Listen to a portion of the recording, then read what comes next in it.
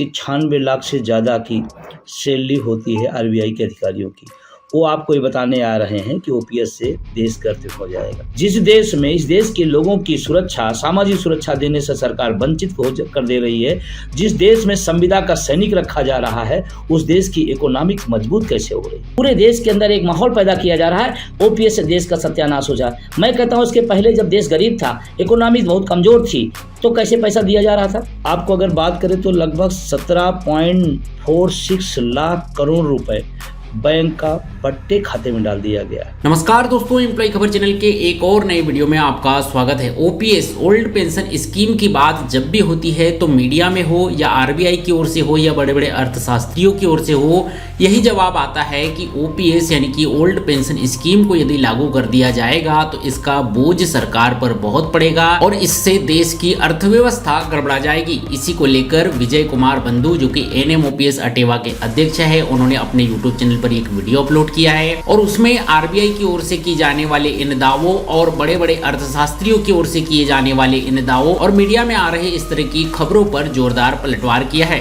Media में जिस तरह से दावा किया जाता है कि आरबीआई की रिपोर्ट, आरबीआई का ये मानना है कि यदि देश में ओपीएस ओल्ड पेंशन स्कीम लागू कर दी जाएगी तो देश की अर्थव्यवस्था चरमरा जाएगी। उस पर विजय कुमार बंधु जी ने क्या कहा, आइए सुनते हैं। आजकल एक बहुत बढ़िया चलन हो गया है,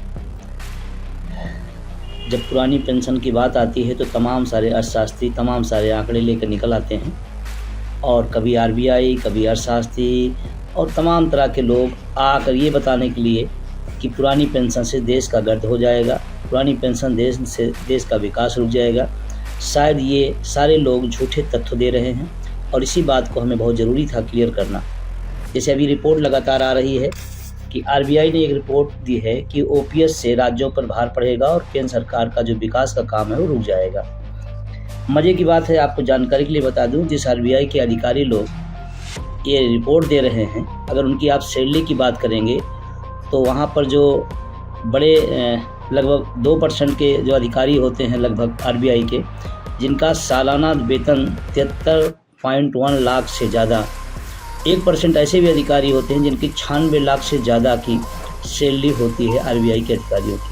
वो आपको ये बताने आ रहे हैं कि ओपीएस से देश गर्वित हो जाएगा। शायद अगर वो इस बात को सोचते कि इतनी बड़ी सैलरी ले रहे हैं तो उससे गर्त में देश नहीं जाएगा। लगातार अर्थशास्त्री लोग यही बात बोल रहे हैं और ये बोल नहीं रहे बल्कि बुलवाए जा रहे हैं।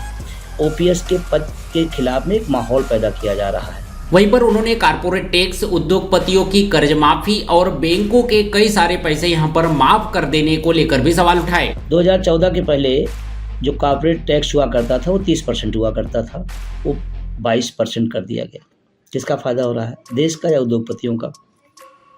2023-24 के अगर हम आंकड़ों की बात करें तो लगभग 35,000 करोड़ की राहत पूंजीपतियों को दी गई है। देश का विकास हो रहा है या पूंजीपतियों का विकास हो रहा है? आपको अगर बात करें तो लगभग 17.46 लाख करोड़ रुपए बैंक का पट्टे खाते में डाल दिया गया है। देश का विकास हो रहा है। तमाम सारे ऐसे आंकड़े हैं जो झुठला रहे हैं इस बात को कि पुरानी पेंशन से देश के विकास नहीं रुकने वाला है बल्कि देश का विकास होने वाला है। वहीं पर मीडिया की ओर से किए जा रहे इस तरह के प्रचार और सरकारी नेताओं, मंत्रियों और आरबीआई के जो लोग यहाँ पर इस तरह का बयान देते हैं, उनकी सुख सुविधाओं की रिपोर्ट भी यहाँ पर मांगने के लिए कहा। लगातार तमाम माध्यम से झूठ फैलाया जा रहा है और जो लोग फैला रहे हैं वो तो खुद बड़ी सैलरी ले रहे हैं। एक देश का अर्धसैनिक बल पेंशन ना पाए और आरबीआई का एक शीर्ष अधिकारी करोड़ों रुपए के आसपास सैलरी लेता है तो वो ज्ञान देने आता है एक छोटे से कर्मचारी को, एक सफाई से कर्मचारी को, एक छोटे से जो बाबू होता है, जो छोटे तनख्वाह वेतनभोगी होते हैं, उनको बताने आ रहा है। और पूरा मीडिया हब, पूरा जो सरकारी तंत्र है, सबको इस बात के लिए लगा दिया गया है कि पुरानी पेंशन देने से। मज़े की बात है, जिन लोगों ने लगाया है वो खुद कई पेंशन लेते हैं, जो लोग बताने आ रहे हैं वो खुद बड़ी सैलरी और बड़े वेतन पेंशन के भोगी होते हैं। उसके बाद इस तरह का रिमर फैलाया जा रहा है। मुझे इस बात के लिए बड़ा आश्चर्य हो रहा है कि उसके बाद भी तमाम सारे लोग इस तथ्यों को जानते हुए भी, तमाम बुद्धिजीवी और पढ़े लिखे भी इन झूठे आंकड़ों में पड़ जाते हैं। तो कुल मिलाकर विजय कुमार बंधु ने ओपीएस ओल्ड पेंशन स्कीम को लेकर मीडिया, आरबीआई और इस तरह की रिपोर्ट और इस तरह के जो अर्थशास्त्री जो यहाँ पर इस बात को मीडिया में आकर कहते हैं कि यदि ओपीएस ओल्ड पेंशन स्कीम लागू की गई तो इससे सरकार पर कर्जा बढ़ेगा और देश की अर्थव्यवस्था डगमगा जाएगी, उस पर जो है विजय कुमार बंधु जी ने अपने ओपिनियन यहाँ पर रखे। साथ ही उन्होंने एनएमओपीएस अटवा को मजबूत करने और इस आंदोलन में कर्मचारियों को अपना सहयोग देने के लिए आह्वान भी किया। मैं कहता हूं अगर आपको इतनी दिक्कत है तो खुली डिबेट कराइए। आरबीआई के लोग बैठें, जो इस आंदोलन को लड़ रहे हैं वो लोग बैठें, सरकार के नुमाइंदे बैठें, तथ्य जनता के सामने आए, पता चले कि क्या पुरानी पेंशन से देश का बेड़ा गर्क होगा या जो तमाम हजारों करोड़ रुपए की पूंजीपतियों को माफ़ किए जा रहे हैं उससे बेड़ा गर्क हो रहा है।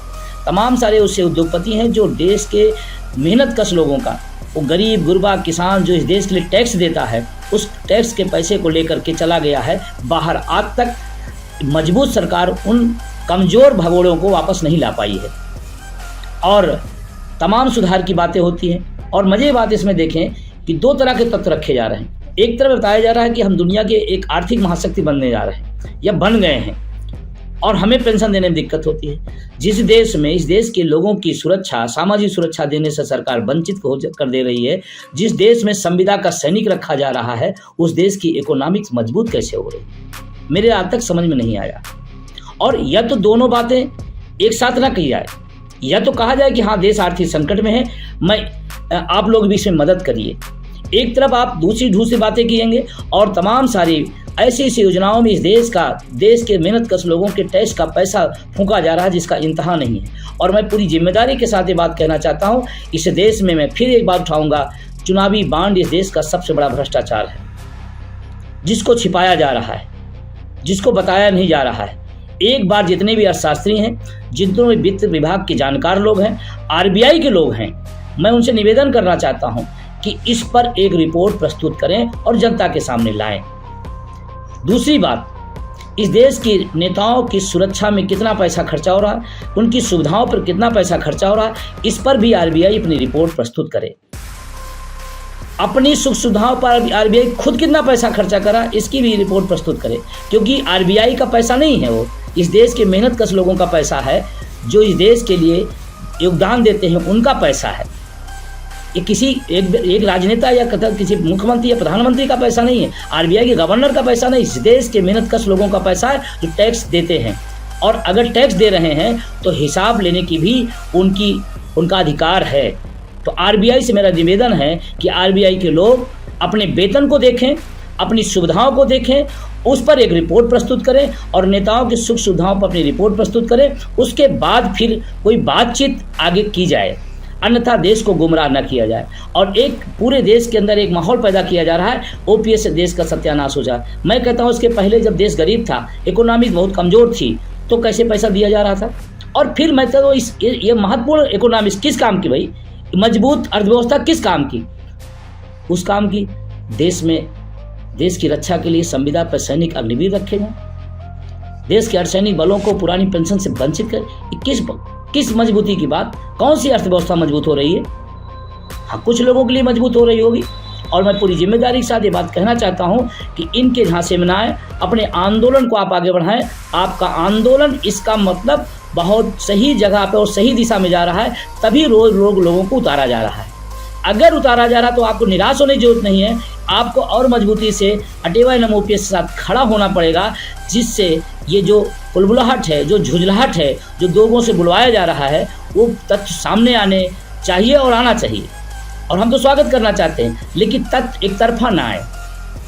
दिखाइए ना, आरबीआई रिपोर्ट प्रस्तुत करे, 800 लोगों में आदमी कैसे जीवन यापन करेगा, एनपीएस के तहत 1200 रुपये में कैसे जीवन यापन करेगा, इसकी एक रिपोर्ट प्रस्तुत की जाए। इस देश में एनपीएस के तहत कितने पैसा कितने लोगों को मिल रहा है और उनका जीवन यापन कैसे चल रहा है, इस पर एक रिपोर्ट प्रस्तुत करें।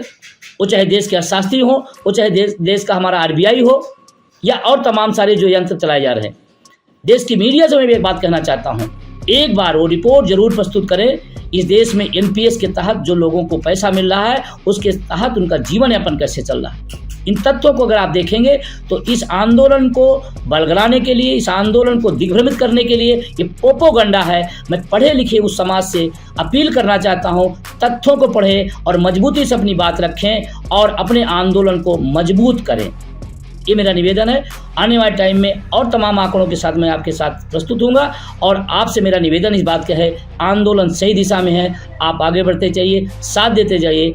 एक दिन इस देश में 110% पुरानी पेंशन बहाल होगी। तो आप विजय कुमार बंधु जी की इन बातों से कितने सहमत हैं हमें कमेंट्स करके जरूर बताइए, और क्या आप भी ओपीएस ओल्ड पेंशन स्कीम की डिमांड यहां पर करते हैं ये भी कमेंट करके जरूर बताइएगा। ये वीडियो जानकारी, ये अपडेट आपको अच्छा लगा हो तो वीडियो को लाइक कीजिए, और इसी तरह से पीएफ पेंशन, सरकारी योजनाओं से जुड़े नए लेटेस्ट अपडेट, कर्मचारियों से जुड़ी हर खबर को जानने के लिए हमारे चैनल एम्प्लॉय खबर को सब्सक्राइब कीजिए। मिलते हैं आपसे अगले वीडियो में, तब तक के लिए जय हिंद, वंदे मातरम।